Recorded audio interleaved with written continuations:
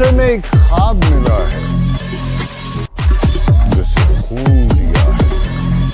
اپنی طاقت میں جھول گیا. ایک بات تو ظالم بھول گیا. کشمیر جل رہا ہے. یہ جملہ آج سے پہلے ہم مقبوضہ کشمیر کے لیے کہا کرتے تھے، لیکن آج وہ کشمیر جل رہا ہے جسے ہم آزاد کشمیر کہتے ہیں. بدقسمتی سے ایک عجیب روایت چل پڑی ہے کہ احتجاج کرنے والوں پہ سیدھی گولیاں چلاؤ، میڈیا کا مکمل بلیک آؤٹ کروا دو، لاشوں کی اور زخمیوں کی تعداد کو چھپانے کی کوشش کرو، ظلم اور جبر کے نئے ریکارڈ قائم کرو. اور یہ ٹولہ اس ملک کو اس نہج پر لے آیا ہے جہاں نہ الیکشن کی کوئی اوقات ہے، نہ ووٹ کی کوئی وقت ہے، نہ معیشت کا کوئی حال ہے، نہ غریب سے کوئی پوچھنے والا ہے. خدا کا خوف کریں.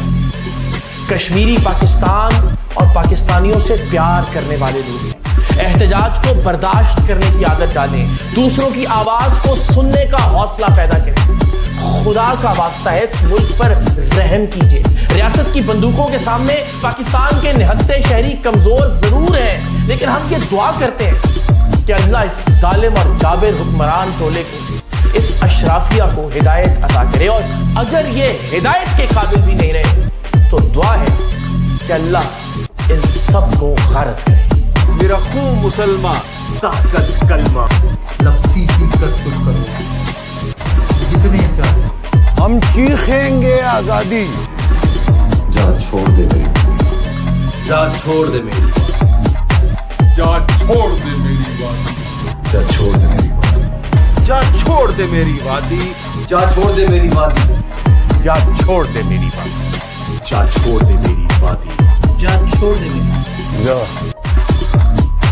چھوڑ دے میری وادی.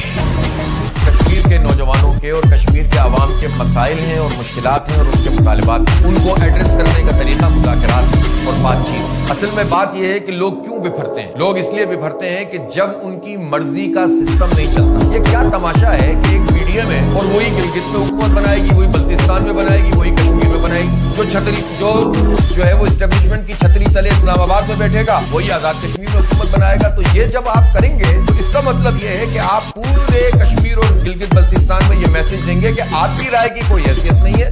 جس طرح ہم پاکستان کے عوام کو کچلتے ہیں، اس طرح ہم آپ کی رائے کو بھی کچل دیں گے. جب یہ سینٹیمنٹ ڈیولپ ہوتا ہے تو پھر اس کے نتیجے میں غصہ پیدا ہوتا ہے. پھر اس غصے کو بعض اوقات کچھ غلط لوگ بھی استعمال کر لیتے ہیں. لیکن یہ کہنا کہ یہ سارے غدار ہو گئے تو یہ سارے عوام غدار ہو جائیں گے، تو پھر یہاں پر وفادار کون ہوگا؟ تو سوال تو یہ پیدا ہوتا ہے کہ یہ غداری کے سرٹیفکیٹ نہیں، ایشوز کو ایڈریس کیا جائے. بلوچوں کے ایشو کو ایڈریس کریں، آپ پختونوں کے ایشو کو ایڈریس کریں، آپ سندھیوں کے ایشو کو، مہاجروں کے ایشو کو، آپ کشمیریوں کے ایشو کو ایڈریس کریں، گلگت بلتستان کے لوگوں کے مسئلے حل کریں اور سب سے بڑھ کر ان کی رائے کا احترام کریں. یہ ہمارا واضح موقف ہے اور ہم اب اس سچویشن میں بھی یہ چاہتے ہیں کہ کچھ بھی ہو کل عدم قرار دینا اور اس طرح سے جیلوں میں لوگوں کو ڈالنا اور گولیاں چلانے سے مسئلہ حل نہیں ہوگا.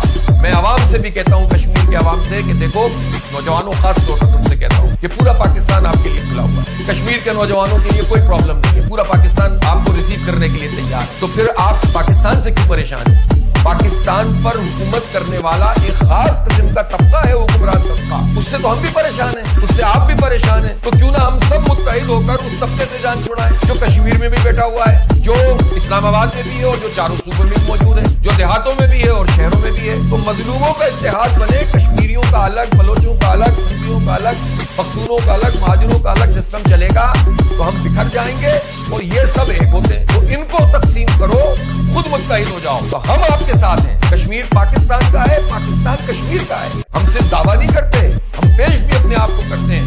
اور پاکستان کسی کے والد صاحب کا نہیں ہے، کسی جرنیل کے، کسی سیاستدان کے، کسی بیوروکریٹ کے. پاکستان ہمارا ہے، کشمیریوں کا بھی ہے، پاکستانیوں کا بھی ہے، گلگتیوں کا بھی ہے اور بلتیوں کا بھی ہے اور مقبوضہ کشمیر کا بھی ہے اور جموں کا بھی ہے اور لداخ کا بھی ہے. اور سارا کا سارا پاکستان ان سارے ظالموں سے چھڑوانا ہے جو امریکہ کے ایجنٹ بن کر اپنا